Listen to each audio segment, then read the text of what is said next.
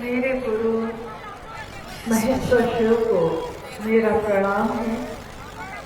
इस कालखंड के प्रथम शिव के शिष्य और हम सबों के परम आदरणीय वरेण्य गुरु भ्राता सहस्त्री के चरणों में मेरा प्रणाम है। शक्ति स्वरूपा माँ लीला मानंदी के चरणों में मेरा प्रणाम है और किशनगंज जिले के इस स्थान पे उपस्थित, इस नदी के तट पे उपस्थित आप सभी गुरु भाई गुरु बहन के चरणों में मेरा प्रणाम है।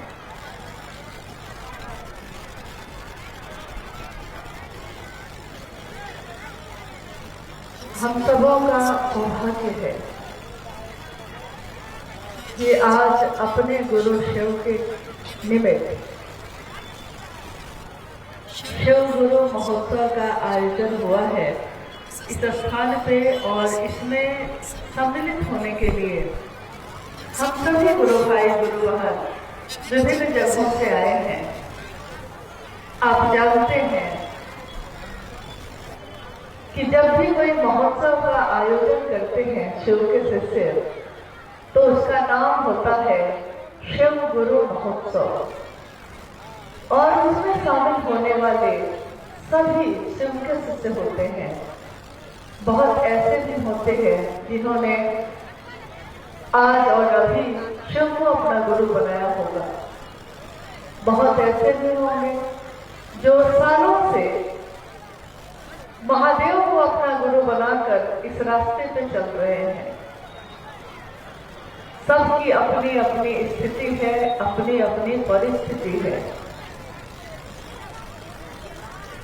महागुरु महादेव, आदि गुरु महादेव, विश्व गुरु जगत गुरु महादेव, गुरुओं के गुरु भी महादेव, सदगुरुओं के गुरु भी महादेव। यानी गुरु और शिष्य परंपरा में जहां तक हमारी नजर जाती है, जहां तक हमारी दृष्टि जाती है, आदि गुरु के रूप में शिव दिखते हैं। और भारत का जो साहित्य है, आध्यात्मिक साहित्य, उसमें गुरु और शिष्य परंपरा में प्रथम गुरु शिव को कहा गया है और प्रथम शिष्य मां भवानी को स्वयं कहा गया है। यानी शिव की इच्छा, शिव की शक्ति, शिव की इच्छा जो है उसी को शक्ति कहा गया, और मां भवानी उस शक्ति का अक्षर स्रोत, उनको कहा गया कि वो प्रथम शिष्य हैं। और जितने भी तंत्र पे आधारित या अध्यात्म पे आधारित ग्रंथ किताबें हैं, उन सब में इसी बात का जिक्र है कि वो मूलतः महादेव और भगवती के संवाद पर ही आधारित है, जिसका जिक्र सहस्त्री ने अक्सर किया कि मां भगवती कहती है महादेव से, ओ महादेव, हे महादेव, तत्व क्या है? और महादेव कहते हैं भगवती को कि तंत्र और कुछ भी नहीं है प्रेम और समर्पण के सिवा। प्रेम, समर्पण, ये सब सुंदर कितने लगते हैं, लेकिन इसके भाव में जाना, इसकी स्थिति में जाना बहुत कठिन है। इतना कठिन है कि हम भी विचार करते हैं, हम भी इच्छा करते हैं, लेकिन हमारी इच्छा में बल नहीं, और महादेव की इच्छा में इतना बल है कि सृष्टि बनती है, रहती है और टूट जाती है। इंसान भी इच्छा करता है, लेकिन इंसान की इच्छा एक ऐसी इच्छा है कि एक इच्छा किया, उस इच्छा की पूर्ति हुई, तुरंत दूसरी इच्छा खड़ी हो गई। एक विचार आया, उस विचार पे अभी खड़े हुए कि दूसरा विचार भी आ गया। यानी इंसान की इच्छा की पूर्ति तो होती है, लेकिन उसकी पूर्ति होने के बाद उसका मन शांत नहीं होता, मन आनंदित नहीं होता। नतीजा ये होता है कि जैसे हमने कभी पढ़ा है या सुना है कि एक राक्षस हुआ करता था, रक्त बीज। रक्त बीज को जब भी मारा जाता था तो जितनी रक्त की बूंद उसकी गिरती थी धरती पे, हर एक बूंद से उतने ही नए नए रक्त बीज पैदा हो जाते थे। साहब ने इंसान की इच्छा की तुलना भी उसी से की। उन्होंने कहा कि मनुष्य की इच्छा जो है वो रक्त बीज की तरह खत्म ही नहीं होती। एक इच्छा की पूर्ति हुई नहीं कि दूसरी इच्छा खड़ी हो गई, और उस इच्छा की पूर्ति के बाद भी उसका मन शांत नहीं, उसका मन आनंदित नहीं। तो आखिर कौन सी ऐसी जगह है, कौन सी ऐसी इच्छा है जिस इच्छा को करने के बाद इंसान को आनंद की प्राप्ति होती है, या उसका मन शांत हो जाता है, या उसके मन में जो ये रक्त बीज की तरह इच्छा पैदा हो रही है वो खत्म हो जाती है। एक ही इच्छा, एकमात्र इच्छा, उस परमात्मा से मिल जाए हम। और परमात्मा से मिलेंगे कैसे? कोई गुरु होगा। गुरु और शिष्य परंपरा में शरीरधारी गुरुओं की भी लंबी श्रृंखला है। बहुत जगहों पे आज भी शरीरधारी गुरु हैं। कुछ सही में अच्छे हैं, कुछ ऐसे गुरु तो आज भी हैं जो ईश्वर की तरफ चलने के लिए प्रेरित करते हैं। लेकिन पूरी तरह इस काम को करने में जो गुरु और शिष्य परंपरा चली आई है प्राचीन समय से, उसमें अब अभाव है, कमी हो गई। वैसे गुरु नहीं और वैसे शिष्य भी नहीं। आज जगत भारी है और शिव हल्के हो गए। तो स्वाभाविक है कि जब कोई भी शरीरधारी गुरु ऐसा नहीं है जो हमको शिव तक ले जाए, तो स्वयं शिव को ही उस कुर्सी पे बैठना पड़ा। नतीजा है कि ये हम सबका सौभाग्य ही है, परम सौभाग्य है कि इस जगत में हमारा आपका जन्म उस समय में हुआ जिस कालखंड में शिव स्वयं गुरु है और शिव के शिष्य साहब श्री हरिकानंद जी का अवतरण भी शरीर में हुआ। हमारी आपकी आंखों ने शिव की शिष्यता को मानव शरीर में उतरते देखा है, चलते देखा, लोगों में संचरित करते देखा है, और उनकी वाणी को हमने अपने इन कानों से सुना। हमारी आंख की एक क्षमता है, कुछ दूरी के बाद हम नहीं देख पाते। हमारे कान की भी क्षमता है, कुछ दूरी तक आवाज जाती है, लेकिन उसके बाद ये काम नहीं करती।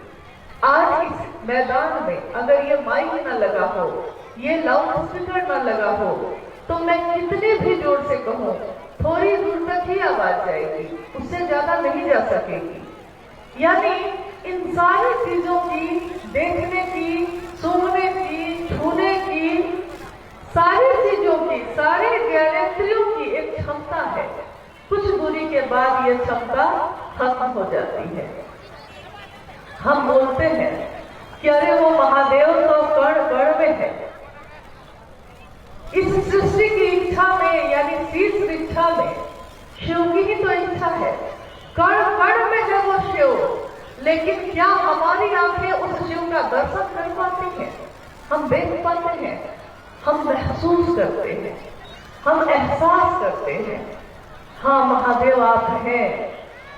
महादेव से जो हमारा रिश्ता है, एक शिष्य का भाव अपने गुरु के भाव से मिलता है, इस मिलन को हमारा दिल महसूस करता है। लेकिन ये हम देख नहीं पाते इन आंखों से। उसके लिए आंतर ही होना पड़ता है। कोई अगर शरीरधारी गुरु भी हो और कोई शरीरधारी शिष्य भी हो, उस गुरु का ध्यान भी जो शरीर होता है, खुली आंखों से ध्यान नहीं हो पाता।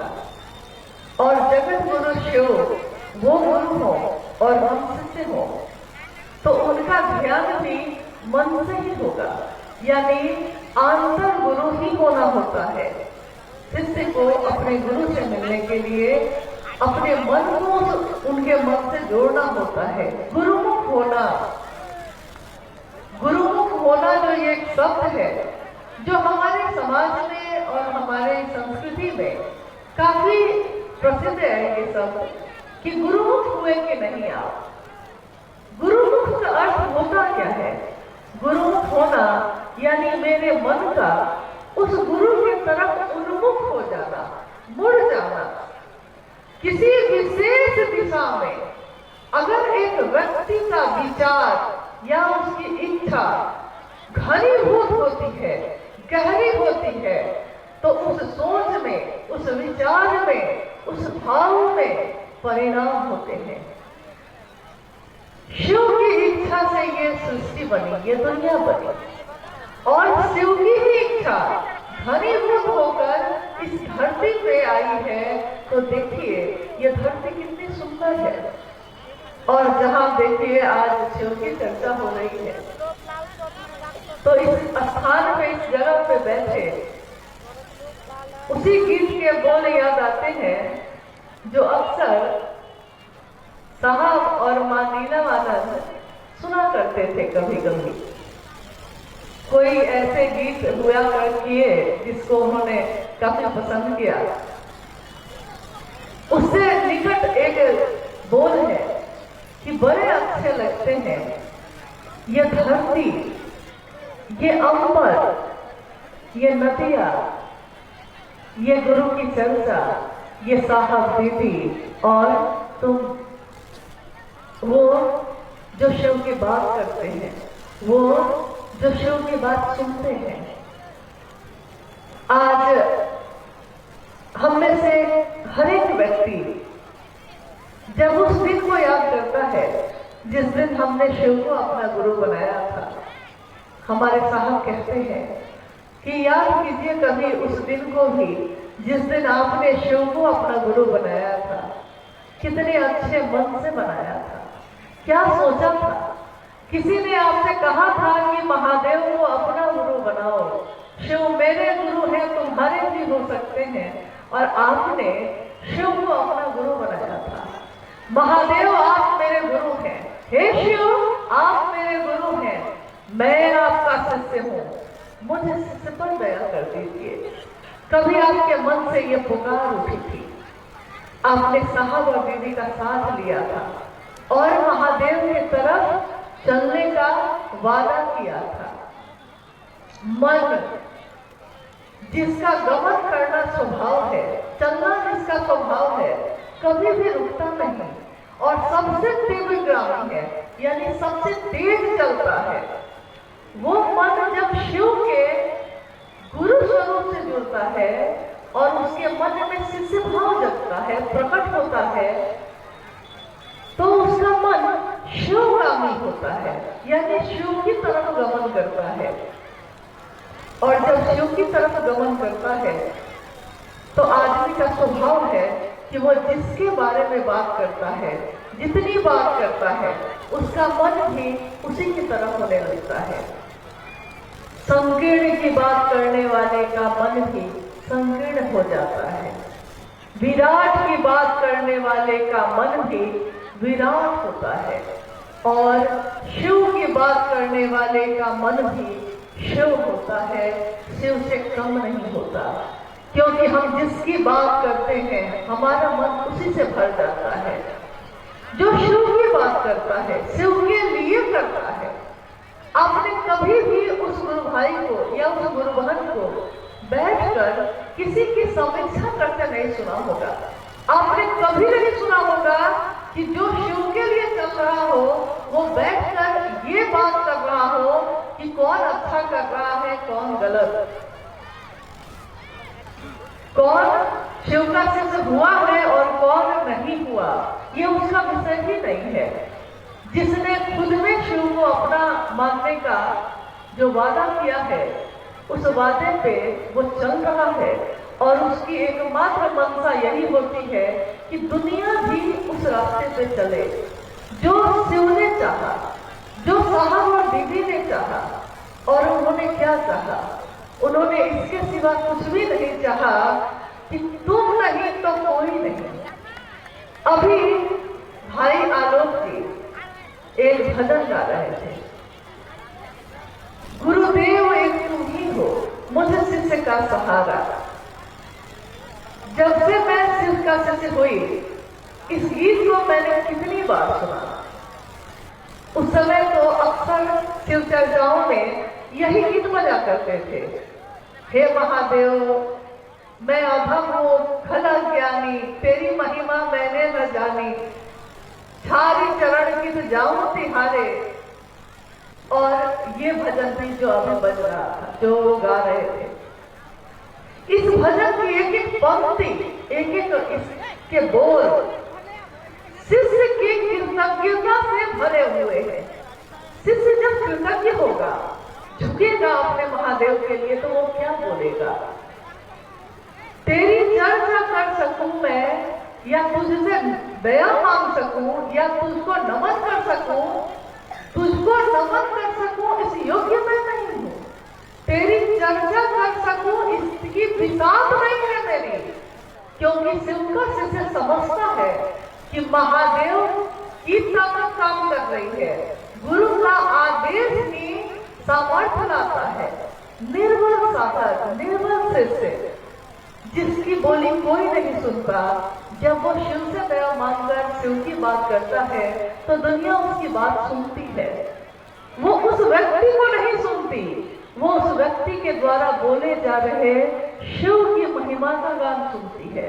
शिव गुरु होकर कैसे उतरते हैं धरती पे, कैसे दिल और प्राण में छा जाते हैं, और शिष्य कैसे शिव भाव में भर के इस रास्ते पे गमन करता है, वो उसको सुनता है।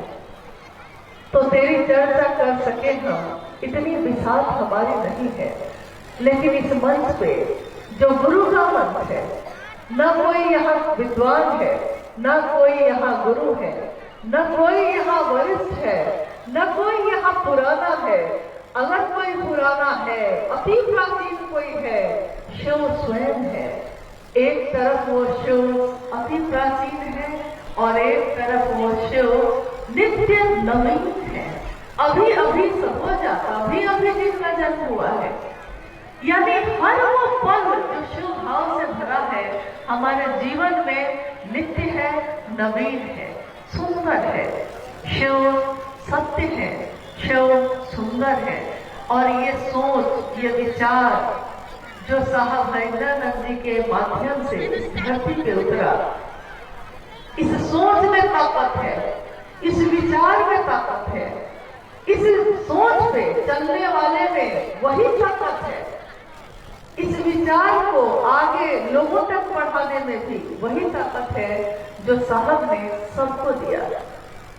जिस तरह शिव ने कभी भेद नहीं किया, महादेव ने कभी भेद नहीं किया कि कौन अपना है और कौन पराया है, उसी तरह शिव के शिष्य साहब महेंद्रानंद जी ने भी कभी ये भेद नहीं किया। जिसने शिव की बात की, जिसने शिव के कार्य में अपना योगदान दिया, अपनी सहभागिता दी, साहब महेंद्रानंद जी ने उसके गहरे अंधेरे में परी चेतना को हाथ बढ़ाकर खींचा है गुरु की रोशनी में। आज हमारे मन रोशन है शिव से, शिव के उजाले से। जब जब इस धरती पे मन में उजियारा छाता है, मन उजियारा जब जब छाए, जग उजियारा होए, देखो इस उजले दर्पण पे धूल न जमने पाए। ये मन जो उजियारा हुआ है महादेव की दया से, हमारे कृत्य से, या किसी की बात से, या किसी के कुछ समझाने से हम ऐसा ना हो कि अपने रास्ते को भूलकर भटक जाए और जाना था इधर और जा रहे हैं इधर, ऐसा ना हो जाए। तो इस उजले मन पे, जिस मन में शिव का वास होता है, ऐसा ना हो जाए कि धूल जम जाए। इसके लिए गुरु महादेव से हम सबको पहला सूत्र जिसमें दया मांगने की बात की गई है, दया मांगने की जरूरत है, ताकि महादेव की दया हो कि हमारा मन धरती के इन चीजों में ना फंसे। जब शिव की चर्चा करने जाइए तो लोग मिलते हैं, बहुत सारी चीजें मिलती हैं, ऐसा ना हो कि मन उसमें फंस जाए। महादेव आपको प्रणाम हो सके, महादेव आपकी दया की बारिश हो जाए, इसके सिवा एक शिष्य के जीवन में और कोई चाहत नहीं, कोई इच्छा नहीं। और जब शिव से मिलने की इच्छा जागृत होती है तो उसके मन में जो धरती के लिए आकर्षण है वो न्यून होता है, कम होता जाता है, महादेव का आकर्षण बढ़ता जाता है। गुरु शब्द की एक परिभाषा है, गुरु शब्द की एक व्याख्या है, जो धरती के लोगों ने जिसकी व्याख्या की, धरती पे प्राचीन समय से गुरु शब्द की व्याख्या है कि वो जो अंधेरे में पड़ी चेतना को रोशनी में ले जाए, उजाले में ले जाए, यानी उस चेतना को जो अंधेरे में भटक रही है उसको उजाले में ले आने वाले को गुरु कहते हैं। साहब हरिंदरानंद जी ने कहा कि गुरु शब्द की एक व्याख्या और है, गुरु वो जो मन पे भारी हो, गुरु यानी जिससे गुरुत्वाकर्षण बना, यानी भारी चुंबक की तरह जो खींचता है आपको। अगर धरती में गुरुत्वाकर्षण ना हो तो हम चल भी नहीं सकते। आकाश में जो जाते हैं अंतरिक्ष में वो चलने की कोशिश करते हैं, लेकिन वहां गुरुत्वाकर्षण काम नहीं करता तो वो उड़ते रह जाते हैं। धरती पे जैसे चलते हैं वैसे नहीं चल पाते, इसके लिए कि धरती हमें अपने चुंबक में खींचती है तो हम चल पाते हैं।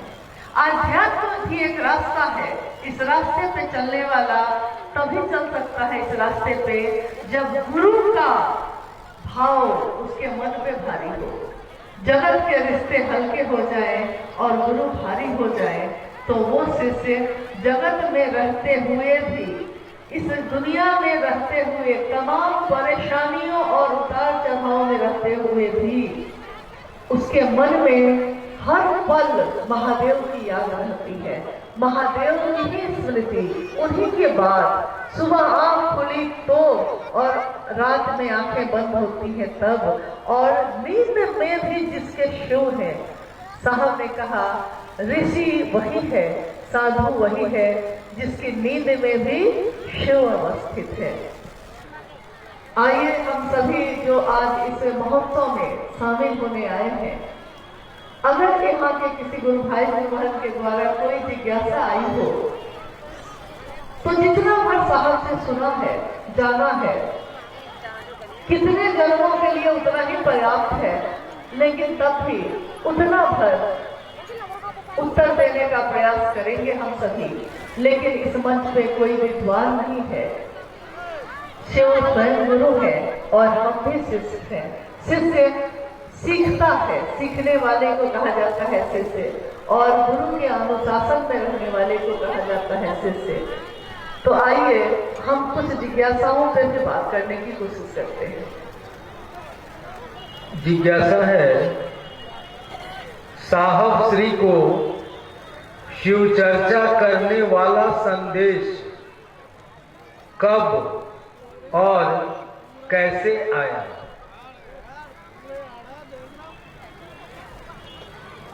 साहब को शिव चर्चा करने वाला संदेश, तो पहले तो हम इसको थोड़ा सुधार कर रहे हैं।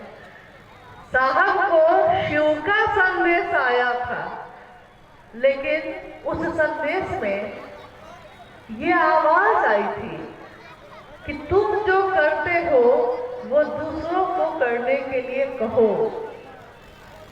इसमें सिर्फ शिव की चर्चा नहीं थी, इसमें, इस संदेश में पूरी तरह शिव की तरफ चलने का रास्ता दिखाने की बात कही गई। साहब ने एक बार कहा कि मैं शिव को गुरु बनाकर, यानी 1974 में उन्होंने शिव को अपना गुरु बनाया।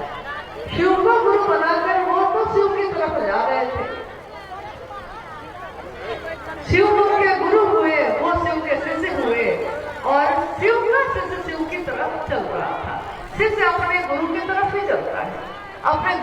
मिलता है, लेकिन शिष्य के जीवन में उस दिन परिवर्तन होता है जब उसके गुरु का आदेश आता है।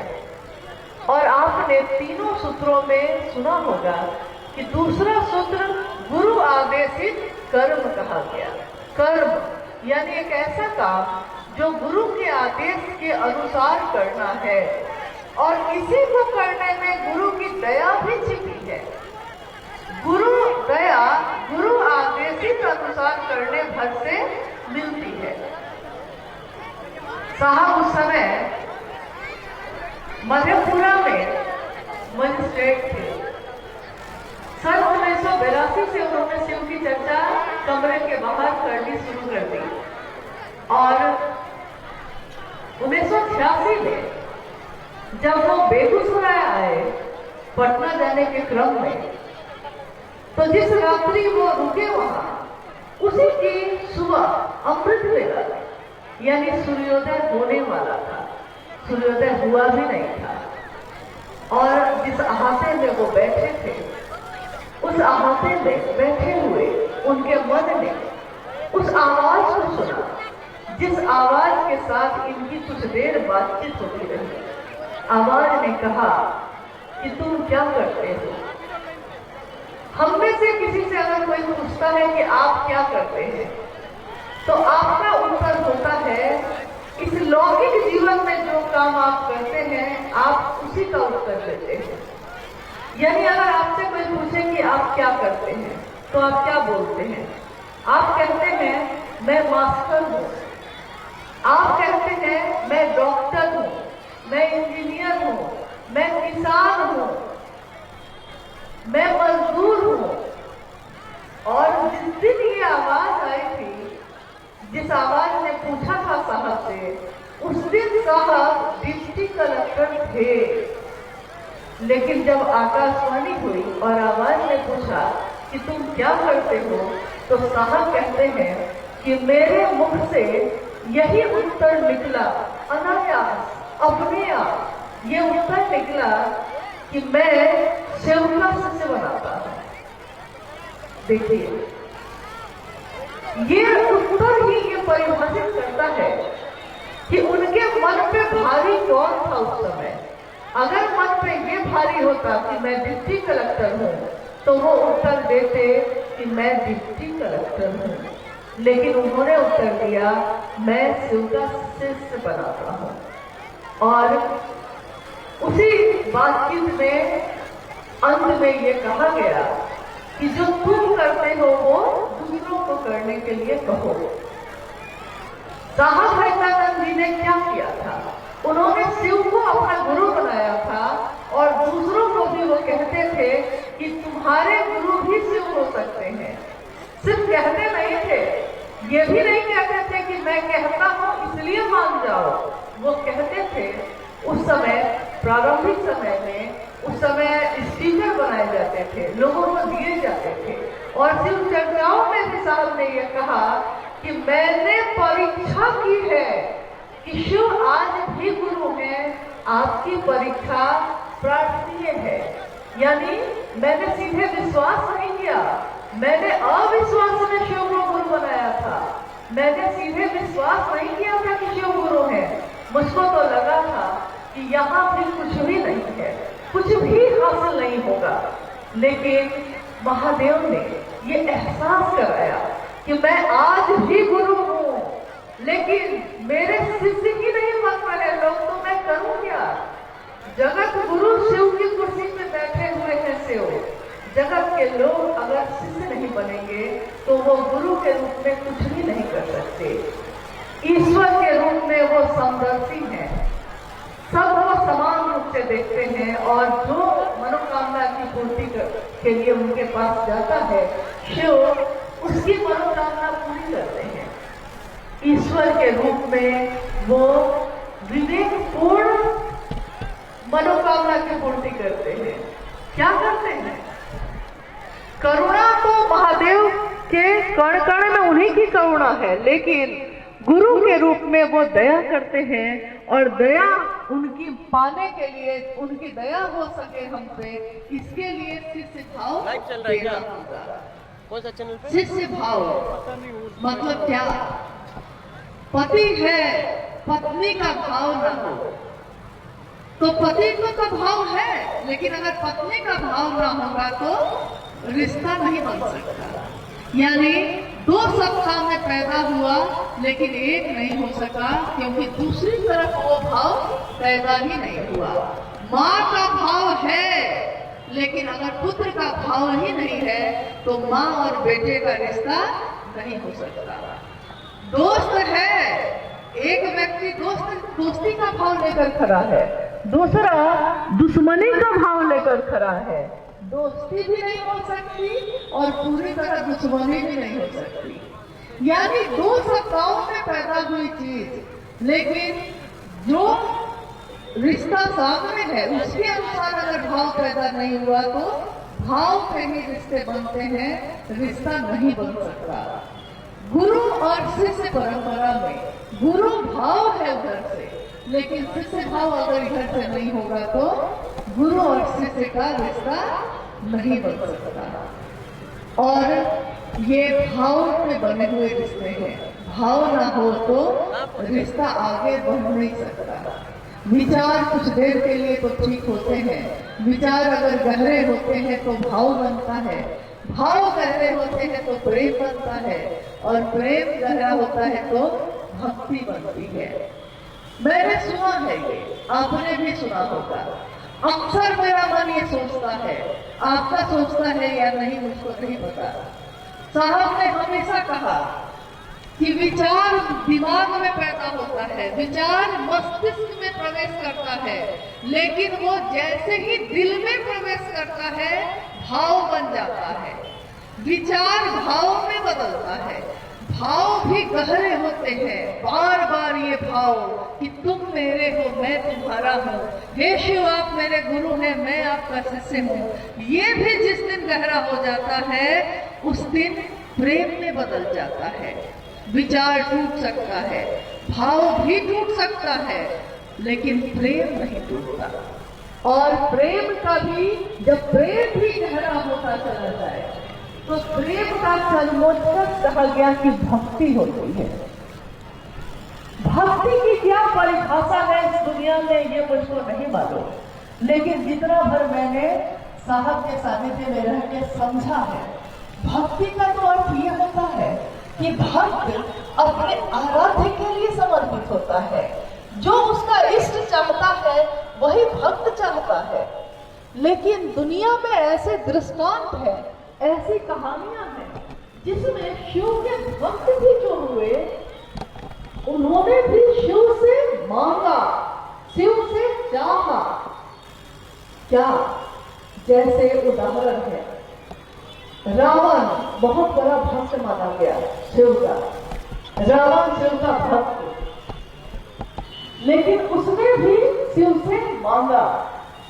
भक्त है वो, भक्त तो उसमें खुश होता है जिसमें उसका इष्ट खुश है, जिसमें उसका आराध्य खुश है, लेकिन उसने भी मांगा।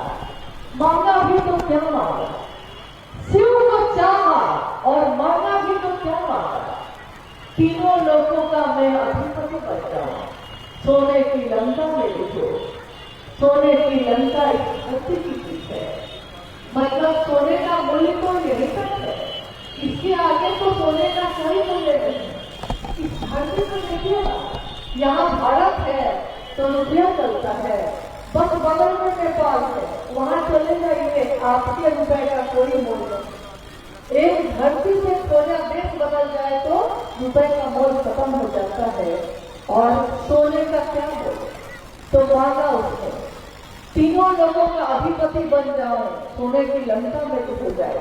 महादेव तो महादेव है, जिसने जो चाहा है दिया है, ये जानते हुए भी दिया है कि सामने वाले का बहुत भला, लेकिन उसने मांगा है, भक्त मांगा है तो महादेव ने दे दिया। ज्ञान नहीं मांगा तो संभाल नहीं पाया। तो भक्त में भी जितने भी शिव के शिष्य हुए, कोई शिष्य ऐसा भी हुआ जो सूरज की रोशनी से जो सोने में यानी स्वर्ण बनाने वाले भी शिष्य हुए शिव के। ऐसे भी हुए जिन्होंने अपनी हड्डी का भी दान कर दिया। दधीची शिव के शिष्य, जब दुनिया के लोगों को, देवताओं को जरूरत पड़ी तो उन्होंने कहा कि मेरी हड्डी भी ले लो। ऐसे भी शिव के शिष्य हुए, शिव के भक्त हुए, शिव के शिष्य हुए। सबने शिव से मांगा, सबने शिव से कुछ न कुछ लिया। प्रेम का चरमोत्कर्ष भक्ति होती है, लेकिन भक्ति में भी मांगा, लिया। इस कालखंड में शिव के शिष्य साहब हरिंद्रानंद जी इस धरती पे आए। उन्होंने अपने जीवन से यह दिखाया कि न्यूनतम व्यवस्था में आनंद से रहा जा सकता है। अगर शिव तुम्हारे हैं तब, अगर महादेव तुम्हारे हो सकते हैं तब। और उन्होंने ये भी दिखा दिया अपने आचरण से, और कहा भी मैंने शिव के लिए शिव को चाहा है। भक्त भी ऐसा नहीं कर सके, उन्होंने शिव को चाहा लेकिन शिव से भी चाहा। और शिव के शिष्य साहब हरिंद्रानंद जी ने शिव को चाहा तो शिव से कुछ नहीं चाहा, शिव को क्या दे सकते हैं ये चाहा। तो मुझको लगता है कि एक दिन धरती इसकी व्याख्या भी करेगी कि जब भक्ति का भी चरमोत्कर्ष होगा, जब भक्ति भी गहरी होती है तो उसका नाम क्या होता है, उसको किस नाम से पुकारेंगे इस धरती के लोग। जिसने शिव के लिए शिव को चाहा, जिसने धरती के लोगों को शिव का दान दिया है, शिव शिष्यता बांटी है, उन्मुक्त मन से बांटी है। ये चाह है कि हर जीव शिव हो जाए, ये चाह है कि मेरे कलेजे का टुकड़ा है वो जो शिव का नाम लेता है। जब भक्ति का भी चरमोत्कर्ष होगा तो उसका नाम होता है शिव का शिष्य हरिंद्रानंद। इसके सिवा भक्ति का चरमोत्कर्ष इस धरती ने कभी नहीं देखा, अभी तक तो नहीं देखा था। आगे दुनिया देखेगी या नहीं ये मुझको नहीं पता। तो जो उन्होंने चाहा है हम सभी शिव के शिष्य वो करने की कोशिश करें। हम ये नहीं करें कि हम क्या चाहते हैं, आप क्या चाहते हैं। जो उन्होंने चाहा, शिव ने जो चाहा, साहब ने वो चाहा। हमने साहब को देखा शिव शिष्य के रूप में, तो हम वो चाहें जो उन्होंने चाहा। और उन्होंने ये कहा कि हम शिव की तरफ जाए, शिव के पास जाए, शिवगामी हो जाए। बस इतना ही जो गुरु का आदेश मिला है उनको, उसमें ये बात नहीं थी कि शिव की चर्चा हो, लेकिन साहब ने कहा कि शिव की कथा का प्रचलन है, शिव की चर्चा का नहीं। आज तक प्राचीन इतिहास उठाइए तब से, चाहे वो सिंधु घाटी सभ्यता हो और चाहे ये 2024 का ये समय, आज तक में कहीं भी शिव की कथा का तो प्रचलन रहा है, लेकिन शिव चर्चा का इस शब्द का प्रयोग पहली बार शिव की शिष्यता में ही हुआ और साहब और दीदी के माध्यम से ही हुआ। दया मांगनी है, आज तक कृपा शब्द का प्रयोग होता था, दया मांगनी है, ये शब्द सिर्फ शिव की शिष्यता में ही ये प्रयोग किया गया। और मन मेरा नमन करेगा, किसी भी चीज से कर सकते हैं आप, जो आपको है वो आपके पास है। आप नमः शिवाय से कर सकते हैं तो करिए, नमः शिवाय से भी नहीं कर सकते तो जो समझ में आता है प्रणाम करने की जैसी विधा वैसा करिए। लेकिन परिणाम तभी होंगे जब हम शिव के शिष्य साहब हरिंद्रानंद जी के अनुसार शिव शिष्यता में चलेंगे। अपने अपने अनुसार चलेंगे तो परिणाम नहीं मिलने वाला है। न मेरे अनुसार चलने की जरूरत है, ना किसी और के अनुसार चलने की जरूरत है। जरूरत बस इतनी है, जिसने शिव को जमीन पे उतारा वो हरिंद्र है हमारा, आपका, सबका, जिसने शिव को जमीन पे उतारा और उनके अनुसार हम चले।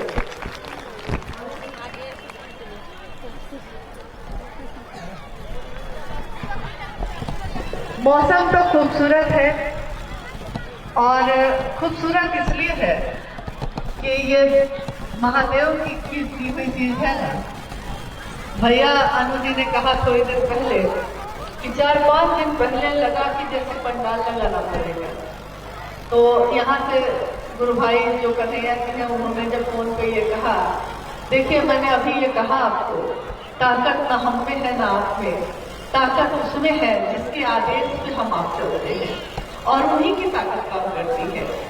तो उस दिन धूप इतनी तेज थी कि बैठ नहीं पा रहे थे। आज सुबह से कुहासा ऐसा हो गया कि चल नहीं पा रहे थे, लेकिन तब भी शिव कैसे से नदी के किनारे भी रास्ता बना लेते हैं, अपनी जगह बना लेते हैं। शिव का साथ हो तो नदी का किनारा भी अपना हो जाता है, जंगल भी अपने हो जाते हैं और पहाड़ और आकाश भी अपने हो जाते हैं। तेरा साथ है तो मुझे क्या कमी है, मुझे झोपड़ी भी महल लग रही है। ये धरती देखिए, किसने सोचा होगा कि इस धरती पे शिव के शिष्य आएंगे, शिव की बात होगी, शिव की चर्चा होगी। एक अंतिम जिज्ञासा है। जिज्ञासाएं तो बहुत हैं, लेकिन एक अंतिम जिज्ञासा, शरीरधारी गुरु और शिव गुरु में क्या अंतर है? शिव शिष्य बनने के लिए क्या मांस मछली जो खाते हैं वो भी शिव के शिष्य हो सकते हैं क्या?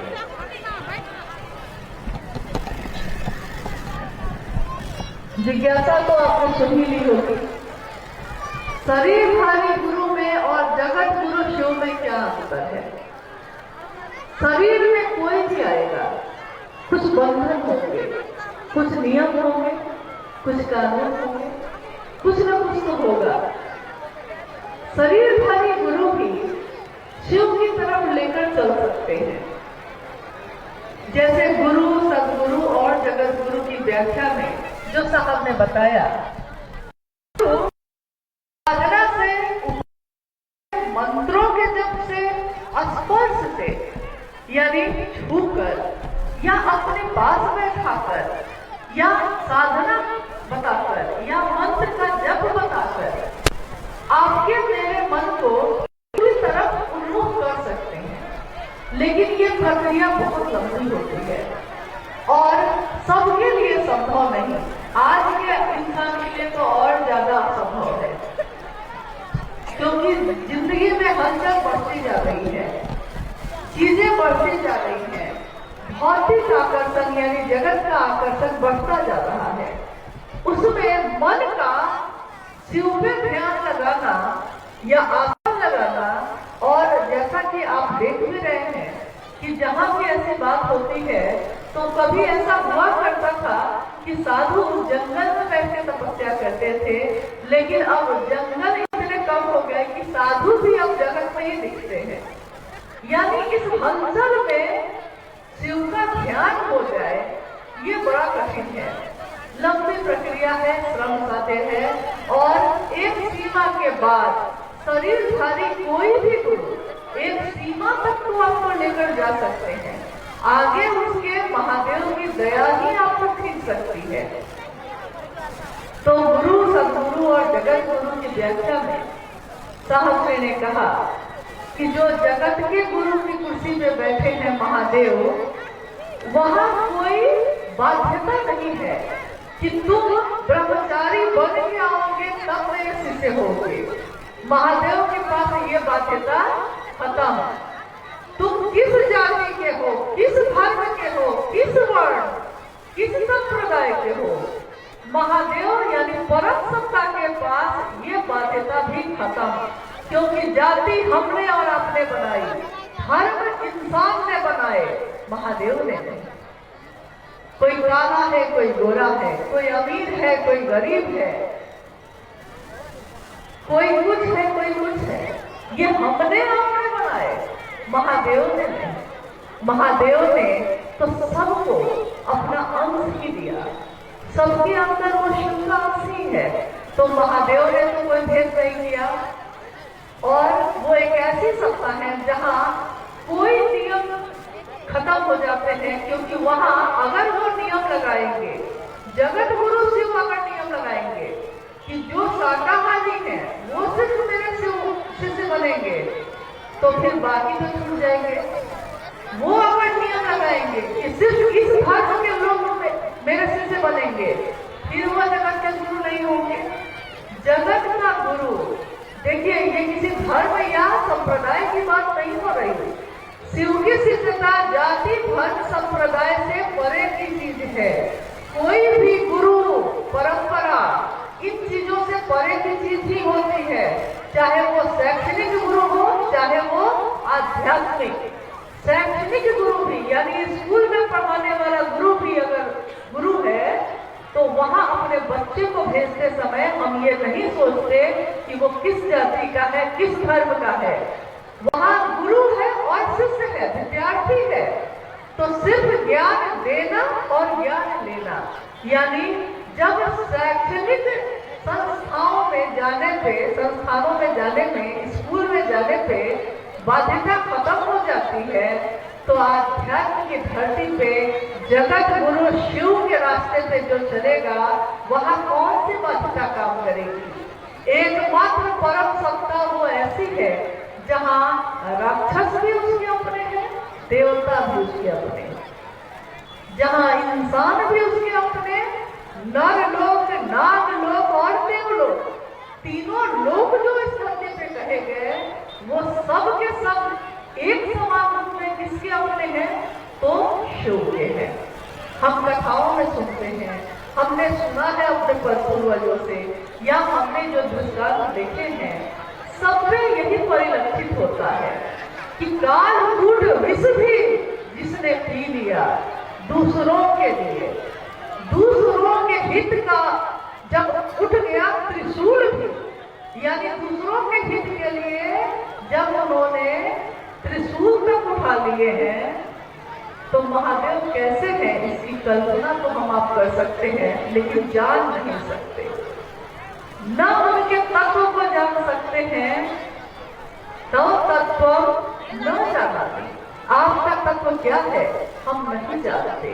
कीदृश्योऽसि महेश्वर, हे महेश्वर, ईश्वरों के भी ईश्वर, महेश्वर आपका तत्व क्या है हम नहीं जानते। यादृश्योऽसि महादेव, हे महादेव, देवों के देव महादेव, आप जो हैं जैसे हैं, आपको हम सबों का प्रणाम है, क्योंकि आप ही एक है जो सबको गले से लगाते हैं, चाहे वो अमृत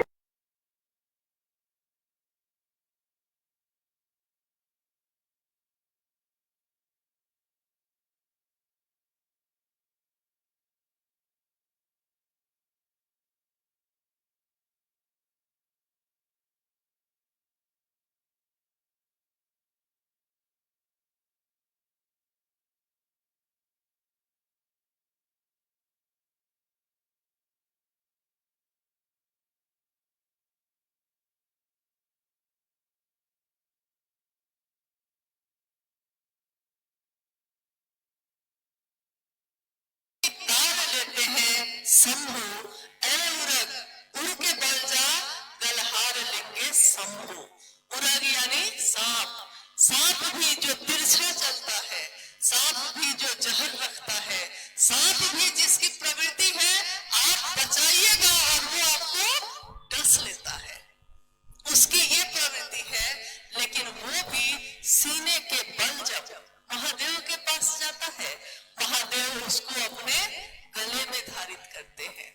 तो हम सबके गुरु शिव, जगत के गुरु शिव जब ऐसे हैं, तो कोई भी गुरु अपने शिष्य को अपने जैसा बनाता है।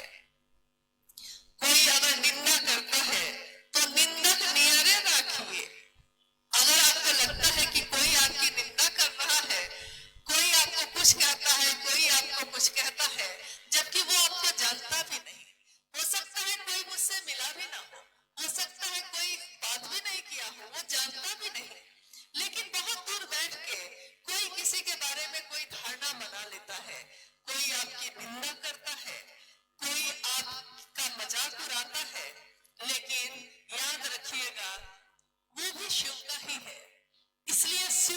शिष्यों के लिए वो भी प्यारा है, क्योंकि वो भी याद दिलाता है महादेव की। वो मेरी निंदा करेगा तब ना मुझको याद आएगा कि महादेव के कारण ही शिवलिंग पे सांप लिपटा है तो पूजा होती है, धरती पे जाने वालों की पूजा नहीं होती। महादेव से लगे रहो रे भाई, तेरा बनत बनत बन जाए। इस धरती पे जहां आज महादेव की बात हुई और हम सब यहाँ आए, हमारा आपका आना, महादेव की चर्चा होना, आपके द्वारा किया हुआ कुछ भी, कोई भी काम, कोई भी बात, वहां के परिवेश पे इसका असर होता है। परिवेश पे यानी आप जो सोचते हैं उसका असर है, आप जो बोलते हैं उसका असर है। तो आज की ये शिव की चर्चा जो साहब और दीदी के उद्देश्य को पूर्ण करने के लिए आगे बढ़ रही है, ये सफल हो। हमारा आपका आना इतना भर भी कर सके अगर कि आपके मन में फैले अंधेरे को थोड़ा भी दूर कर पाए, अगर हमारे आपके मन में महादेव के प्रति थोड़ा भी जागरण हो जाए, अरे शिव भाव जागे थोड़ा, तो ध्यान तो खुद ही हो जाता है। दया भी मांग ही लेते हैं और शिव का ध्यान भी कर ही लेते हैं, शिव चर्चा में नमन भी हो ही जाता है। लेकिन शिव भाव जगे तो थोड़ा आपके ऊपर है कि आप धरती पे महादेव का झंडा बुलंद करेंगे या महादेव का नाम कलंकित होगा, क्या होगा। शिव के शिष्यों के कंधों पे आज ये जिम्मेदारी है कि अपने गुरु शिव की बात दूसरों तक हम कैसे पहुंचाते हैं, क्योंकि आपके मन, वचन और कर्म को देखकर दुनिया शिव को अपना बनाती है।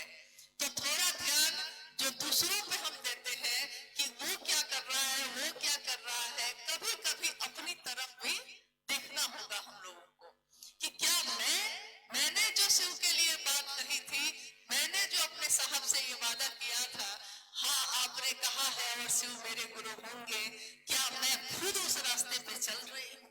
अगर हाँ, तो महादेव को माना है आपने, अपने सर को ऊंचा करिए और निसंकोच विभ्रांत होकर इस धरती पे किसी से भी महादेव की बात कहिए।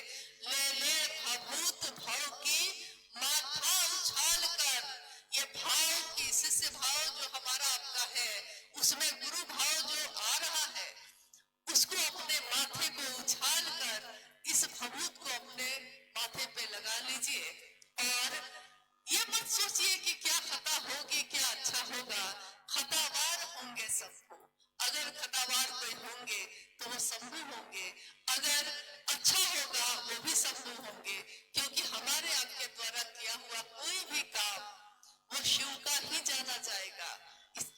इसलिए थोड़ा महादेव से दया मांगिए, महादेव से, साहब और दीदी से आशीर्वाद की याचना के साथ कि इसी धरती पे एक दिन लगभग 9 वर्ष पहले साहब के साथ हम लोग आए सशरीर, और आज भी अपने साहब के साथ, क्योंकि उनके विचार जहां जाते हैं वो खुद वहां जाते हैं, अपने साहब के साथ हम सभी आए हैं। मेरे साहब और दीदी की उपस्थिति है, महादेव की उपस्थिति है। तो महादेव हम सब पे दया करें ताकि हम सबका जीवन शिवमय हो, सुखमय हो। शिव के लिए शिव को चाहे हम, शिव को लेकर आए तो ठीक, नहीं तो शिव को लेकर जाए। बस महादेव से इसी दया की याचना है। आप सब धीरे धीरे अपने घर को लौटिएगा और सुरक्षित लौटिए, महादेव की दया से लौटिए। लौटकर जहां तक संभव हो मनसा वाचा कर्मणा अपने गुरु की बात दूसरों तक पहुंचाने की कोशिश करिएगा। बिहार के कोने कोने में आज शिव की बात हो रही है, लेकिन दुनिया में बहुत सारे कोने अभी बाकी है। तो आग्रह है आपसे कि उन जगहों के बारे में भी सोचिए और जितना भी हो सके जाकर संदेश महादेव का पहुंचाने की कोशिश करिएगा। इसी याचना के साथ कि शिव दया करें हम सभी शिव शिष्यों पे, साहब और दीदी, हम आपसे यही मांगते हैं, आपने शिव के लिए शिव को चाहा, हम सभी शिव के शिष्य भी शिव के लिए शिव को चाहे। ये अद्भुत विधा आपने सिखाई है, हम इस पे चलते रहे, बस इसी की कामना है। आप सभी के चरणों में प्रणाम।